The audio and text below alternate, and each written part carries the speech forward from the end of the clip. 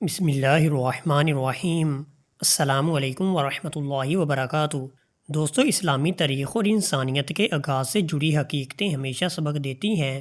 آج ہم بات کریں گے زنا کی ابتدا کیسے ہوئی اور انسان کب اس گناہ میں مبتلا ہوا۔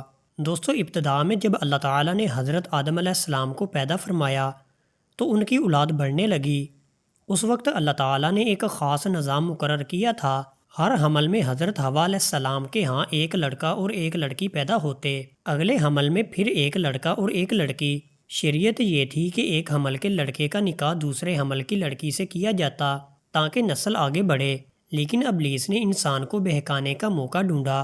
اس نے بھائی بہن کو ایک دوسرے کی طرف مائل کیا اور یوں سب سے پہلے قابیل اور اس کی بہن کے درمیان یہ خواہش پیدا ہوئی۔ قابیل نے اپنی بہن کو اپنے ہی ساتھ رکھنے کی ضد کی، حالانکہ شریعت کے مطابق اس کا نکاح حابیل کے ساتھ ہونا تھا۔ یہی وہ پہلا موقع تھا جب زنا کی سوچ اور خواہش نے جنم لیا۔ اللہ کے حکم کو توڑنے کی یہ خواہش قابیل کے دل میں رچ بس گئی۔ پھر جب حابیل نے اللہ کے حکم کے مطابق قربانی پیش کی اور اس کی قربانی قبول ہو گئی جبکہ قابیل کی نہ ہوئی، تو قابیل کے دل میں حسد اور بغض بڑھ گیا۔ اس حسد نے اسے اپنے بھائی کے قتل تک پہنچا دیا۔ یوں انسانیت کی تاریخ میں پہلا قتل بھی زنا کی خواہش اور حسد کی بنیاد پر ہوا۔ دوستو، اس واقعہ سے ہمیں سبق ملتا ہے کہ زنا صرف ایک گناہ نہیں، یہ کئی دوسرے بڑے گناہوں کی جڑ ہے۔ یہ حسد، قتل اور بگاڑ تک لے جاتا ہے۔ اللہ تعالیٰ نے قرآن پاک میں حکم دیا ہے، زنا کے قریب بھی نہ جاؤ، بے شک یہ بے حیائی اور برا راستہ ہے۔ دوستو، اگر آپ چاہتے ہیں کہ معاشرہ پاکیزہ رہے تو اپنے آپ کو اور اپنی نسل کو اس فتنے سے بچائیں،